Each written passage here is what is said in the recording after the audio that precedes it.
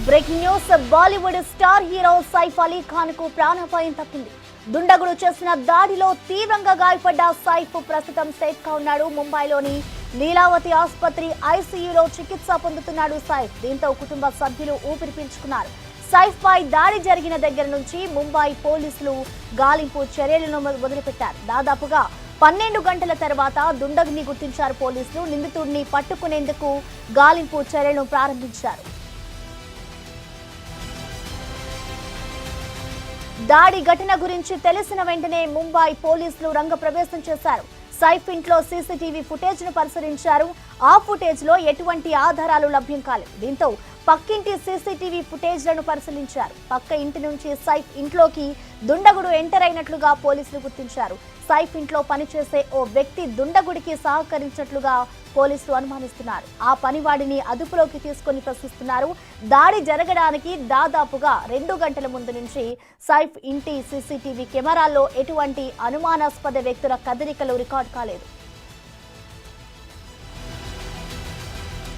అర్ధరాత్రి 2:30 ప్రాంతంలో దాడి జరిగిన వెంటనే సైఫ్ కుమారుడు ఇబ్రహీం అలీ ఖాన్ అత్యంత వేగంగా స్పందించాడు. తమ ఇంట్లో డ్రైవర్ ఎవరు అందుబాటులో లేకపోవడంతో వెంటనే ఆటోను రప్పించాడు. ఆటోలోనే లీలావతి ఆసుపత్రికి తరలించాడు. సకాలంలో ఆసుపత్రికి తరలించడంతో ప్రమాదం తప్పింది. డాక్టర్లు వెంటనే వైద్యం ప్రారంభించి సైఫ్ ప్రాణాలకు ముప్పు లేకుండా చేశారు.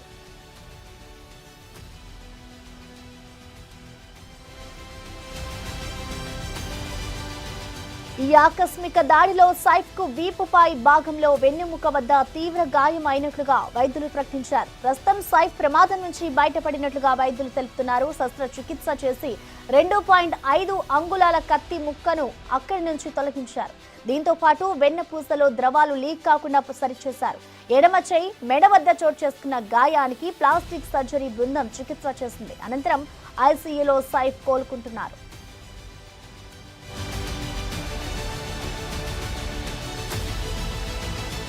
దాడి జరిగిన సమాచారం తెలిసిన దగ్గర నుంచి పోలీసులు పలు కోణాల నుంచి దర్యాప్తు ప్రారంభించారు. అగ్ని ప్రమాదాలు సంభవించిన సమయంలో వినియోగించే మెట్ల మార్గం ద్వారా దుండగుడు సైఫ్ ఇంట్లోకి ప్రవేశించినట్లుగా పోలీసులు అనుమానిస్తున్నారు.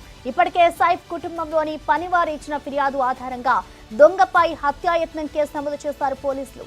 అగ్ని ప్రమాదం వేళ వాడే మెట్ల మార్గంలో నిందితుడు ఇంట్లోకి ప్రవేశించాడని, అతడు దొంగతనం కోసమే వచ్చినట్లుగా భావిస్తున్నామని పోలీసులు తెలిపారు. ఇక ఇప్పటికే నిందితుడిని గుర్తించామని పోలీసులు వెల్లడించారు. 10 బృందాలు ఈ కేసు దర్యాప్తు కోసం పనిచేస్తున్నాయని స్థానిక డీసీపీ దీక్షిత్ గేడం పేర్కొన్నారు. ఇప్పటికే సైఫ్ కుటుంబంలో పనిచేసే 5గురు పనివారిని పోలీసులు ప్రశ్నించారు. నటుడు ఉండే హౌసింగ్ సొసైటీలో కొన్ని చోట్ల ఇళ్లకు మరమ్మతులు జరుగుతున్నాయి. దీంతో బయట నుంచి పనివారు వచ్చిపోతున్నారు.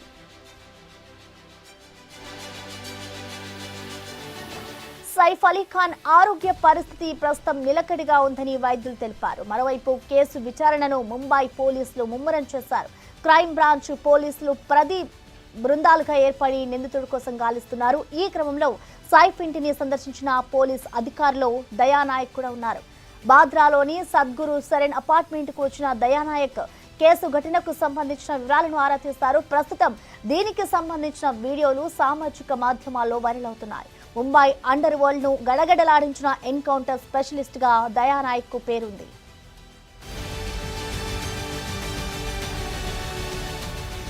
సైఫ్ అలీ ఖాన్ పై గుర్తు తెలియని దుండగుడు దాడికి పాల్పడిన ఘటనపై సినీ ప్రముఖులు ట్విట్టర్ వేదికగా స్పందిస్తున్నారు. సైఫ్ త్వరగా కోలుకోవాలని కోరుతున్నారు. మరోవైపు ఇటు అభిమానులు కూడా సైఫ్ ఆరోగ్యంగా ఉండాలి అంటూ పలుచోట్ల పూజలు చేస్తున్నారు. మరోవైపు ఘటనపై సైఫ్ టీం అధికారిక ప్రకటన రిలీజ్ చేసింది. సైఫ్ అలీ ఖాన్ ఇంట్లో చోరీకి యత్నం జరిగిందని, ప్రస్తుతం ఆయనకు చికిత్స జరుగుతోందని అభిమానులతో పాటు మీడియా కూడా సంయమనం పాటించాలని కోరుతున్నారు. పరిస్థితిపై ఎప్పటికప్పుడు అప్డేట్ చేస్తామని సైఫ్ టీం ప్రకటించింది.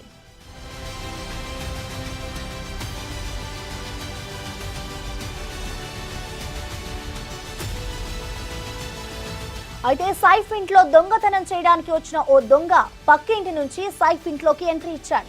సైఫ్ చిన్న కుమారుడు జహీంగీర్ ఉన్న రూమ్ లో ఓ చోట నక్కి ఉన్నట్లుగా జహీంగీర్ కేర్ టేకర్ గుర్తించింది. ఒక్కసారిగా కేకలు వేసింది. దీంతో నిద్రలో ఉన్న సైఫ్ అలీ ఖాన్ ఆ గదిలోకి చేరుకున్నాడు. దుండగుడిని ఎదిరించాడు. ఈ క్రమంలోనే తీవ్రంగా గాయపడ్డాడు సైఫ్. దుండగుడు సైఫ్ ను తీవ్రంగా గాయపరిచాడు. ఇదంతా బిల్డింగ్ లోని 12వ అంతస్తులో జరిగింది. వెంటనే అక్కడకు చేరుకున్న పెద్ద కుమారుడు ఇబ్రహీం తండ్రిని లీలావతి ఆసుపత్రికి తరలించాడు. ఆ సమయంలో ఇంట్లో డ్రైవర్లు లేకపోవడంతో ఓ ఆటోను ఆశ్రయించాడు. ఆటోలోనే ఆసుపత్రికి తరలించాడు కుమారుడు. సకాలంలో చేరడంతో ముప్పు తప్పింది.